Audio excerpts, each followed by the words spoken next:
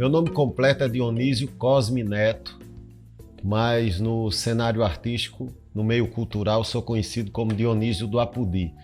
Sou ator e diretor de teatro, produtor cultural e quero falar da literatura, né, de como entrou na minha vida, da leitura, porque é algo muito importante para o ator, para o diretor e para o produtor também. E eu acho que para qualquer segmento da nossa sociedade, eu acho que quanto mais leitura o indivíduo tiver, ele vai ser um ser mais pensante, vai ser um ser mais produtivo. Assim a gente espera, e assim é com a maioria das pessoas que fazem da leitura uma constante, né, na sua vida.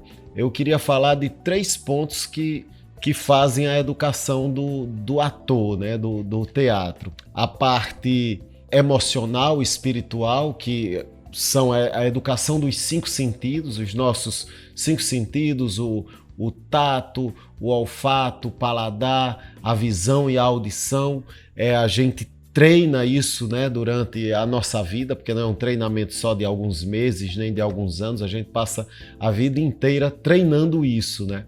Um outro ponto da educação do ator é a parte física, né? O corpo, mas não é a questão de ir numa academia e se exercitar de acordo com a academia, mas a parte física, deixar o seu corpo pronto para que ele possa viver, né, a maior parte das pessoas, né, que chamam personagens, digamos assim, dos nossos desafios enquanto atores. Então é necessário, por exemplo, se eu faço em determinado trabalho um jogador de basquete, por exemplo, eu não preciso ter o tamanho de um jogador de basquete, eu preciso ter aquele tipo de agilidade, aquela habilidade com a bola na mão, diferente do jogador de futebol, que já é uma outra coisa. Um boxeador vai ser também um outro tipo de corpo. Então tem essa parte física também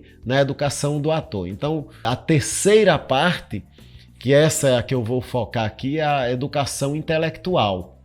Então ela é muito importante, né? Porque às vezes as pessoas acham que o ator é aquela criatura que apenas lê, decora e fica repetindo no palco, mas não é. No meu caso, tenho uma facilidade maior no meu trabalho quanto a referências, porque eu conheci a leitura desde muito pequeno, né?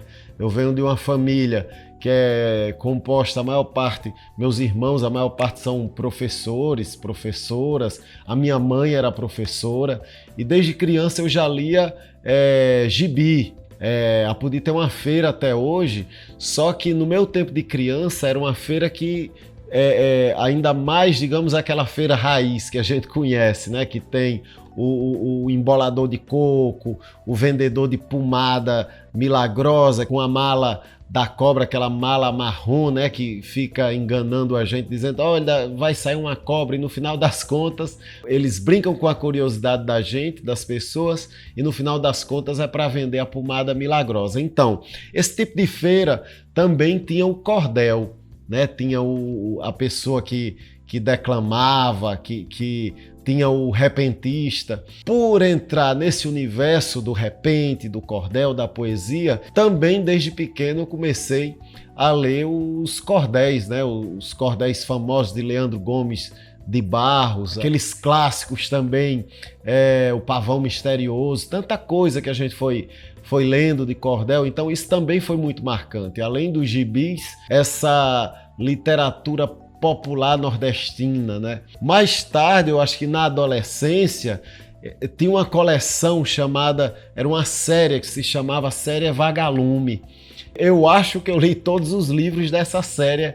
Éramos 6, O Escaravelho do Diabo, Tunico e Carniça. Isso compõe o que a gente é hoje, né? Eu entrei na universidade em 1998 e foi aí que eu descobri o teatro, né? O teatro, ele ainda não fazia parte da minha vida, eu ainda não era ator, nem pensava, mas entrei na universidade, por acaso, vi um cartaz que falava de uma oficina para participar do grupo de teatro universitário de Mossoró, da UERN. Não sabia nem como era, mas fui por curiosidade. e daí nunca mais saí. E foi na universidade que eu tive contato assim, com grandes mestres, principalmente vou citar o nome de João Marcelino, que foi um cara muito importante para a minha vida de artista, de ator, para a minha intelectualidade de artista de teatro, enquanto ator, pessoa do teatro. João foi a pessoa que me apresentou os textos de teatro, os clássicos, Medéia, Édipo Rei de Sófocles, tanta coisa, esses grandes textos clássicos ele me apresentava.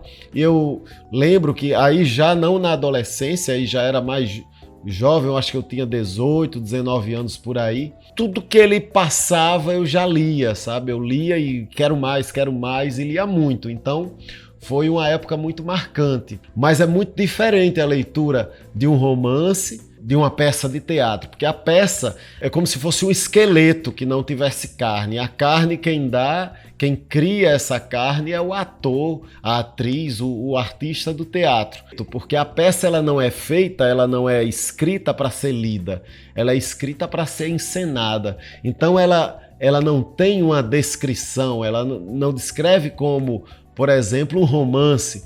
Um beija-flor pousou na rosa que estava na sua janela e o vento frio que balançava os seus cabelos, descreve o cenário que vê, o sol por entre as nuvens, tudo é muito descrito, né? Mas no caso do texto do teatro, a peça de teatro ela é feita para ser encenada, ela é feita para ser dita, para ser falada. Ele coloca poucas coisas, porque justamente quem vai preencher tudo aquilo, aquele universo, é o ator, a atriz com sua imaginação. Porque a imaginação, ela vem dessa coisa da intelectualidade, né? Do quanto mais você vê, os filmes que você vê, os livros que você lê, as experiências de vida que você vai acumulando. Então tudo isso serve de material, de referência para a hora da sua criação.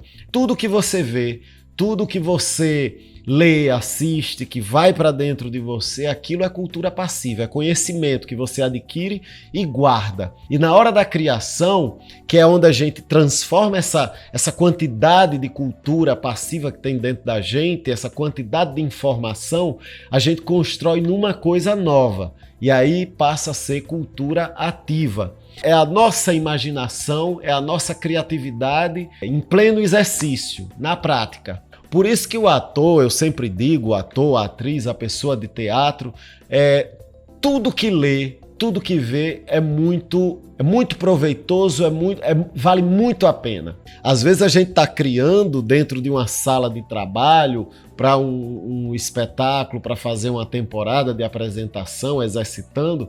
Às vezes a gente está criando dentro dessa sala e vão aparecendo coisas que a gente não sabe de onde veio. Tudo que é cultura que a gente absorve, a gente utiliza no momento da criação. Eu cheguei na universidade em 98, entrei no grupo de teatro da universidade, com essa referência, né, de ter um mestre como João Marcelino, colocando as coisas para a gente ler, para a gente seguir. Saí do grupo da universidade para fundar, junto com outros companheiros e companheiras, o grupo de teatro pessoal do Tarará.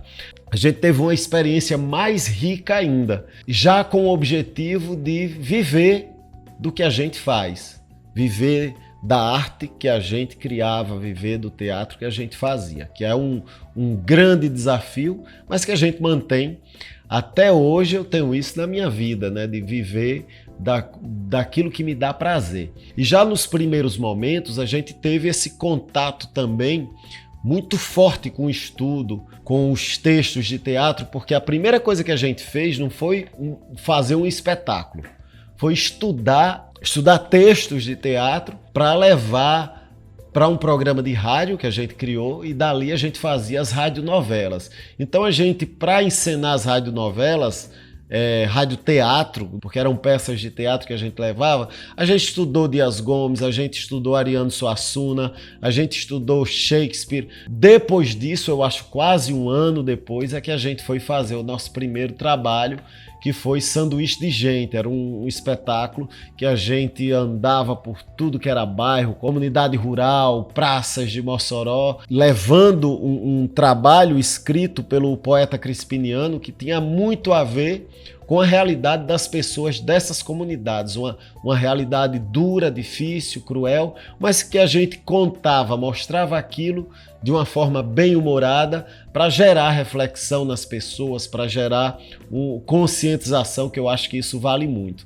Nós fizemos um outro trabalho que era o Inspetor Geraldo, baseado no Inspetor-Geral de Nikolai Gogol, que foi responsável pela introdução do realismo na Rússia. Isso também gerou um estudo muito profundo, né? E o que era o Inspetor-Geral virou o Inspetor Geraldo aqui, um trabalho que falava sobre corrupção, as corrupções que acontecem nas esferas do poder. Daí fizemos a Peleja do Amor no Coração de Severino de Mossoró, que também foi uma adaptação de Cyrano de Bergerac, um clássico do teatro francês, contando as nossas coisas. A gente tirava as brigas, as lutas de espada que o texto francês trazia e a gente colocava o coco de embolada. Todas essas adaptações também, elas se dão pela leitura que a gente tem. Tantas leituras que a gente fez, não só as leituras que a gente lê no livro, no cordel, ou no gibi, ou na revista, mas a leitura de mundo. Porque eu acho que quanto mais você lê, você pode ter uma visão de mundo, uma leitura de mundo muito mais ampla. Porque se você pegar grandes escritores, não há como você ler isso tudo sem ser tocado, sem passar por essa sensibilidade. Então a sua sensibilidade aflora. Por isso, a leitura de mundo amplia. A gente estudava filosofia, estudava os grandes pintores, os grandes compositores da história do mundo, estudava história, filosofia, tanta coisa, porque e isso serviu muito para os atores e as atrizes, até hoje serve, porque a gente não tem dúvida que essa leitura toda serve para a gente ser um artista. Eu acho que antes do artista, uma pessoa mais sensível. Sendo uma pessoa sensível, um artista mais pleno, mais criativo. Então, daí do pessoal do Tarará, a gente continuou nossa trajetória, a gente tive uma experiência riquíssima na Casa Laboratório para as Artes do Teatro de São Paulo, com um grande mestre que eu tinha muita vontade de trabalhar, que se chama Cacá Carvalho. Eu já tinha lido muito Guimarães Rosa, mas só que lá em São Paulo, eu acho que eu passei 4, 5 anos por lá, não sei, não lembro ao certo, trabalhando com Cacá, pela proximidade dele com a obra de Guimarães Rosa, eu também fiquei mais próximo da obra de Guimarães Rosa. E hoje sou uma pessoa apaixonada pelo universo de Guimarães Rosa.